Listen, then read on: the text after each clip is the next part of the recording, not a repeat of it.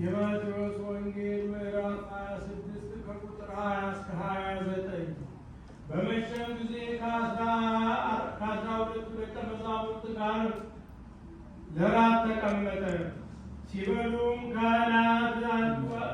ከእናንተ አንዱ አሳልፎ እንደሚሰጠኝ እውነት እላችኋለሁ አላቸው። እጅግ አዘኑና እያንዳንዱ አቤቱ ምናልባት እኔ ሆን ይሉ ጀመር። እርሱ መልሶ ከኔ ጋር እጁን ወደ ወጭቱ የሚሰጠው እርሱ አሳልፎ ይሰጠኛል አላቸው።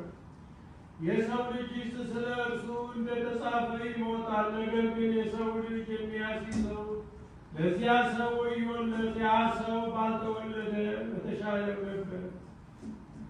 የሚያስይዘውም ይሁዳ መልሶ መምህር ሆይ እኔ ሆን አለው። ጌታ ኢየሱስም አንተ አልክ አለው።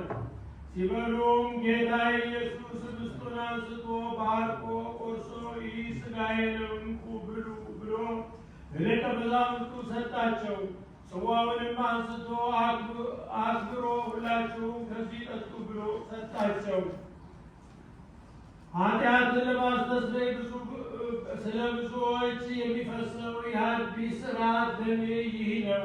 እነሆ ከእንግዲህ ወዲህ በአባቴ መንግሥት ከእናንተ ጋር አዲስ ሥርዓት ልኬ እስከምመጣባት እስከዚያች ቀን ድረስ ከዚያ የወይን ፍሬ ጭማቂ አልጠጣም እላችኋለሁ አላቸው። ሰማይ ወምድር ያህል ቃል ስር ያለ የዚህ ላዛይሁ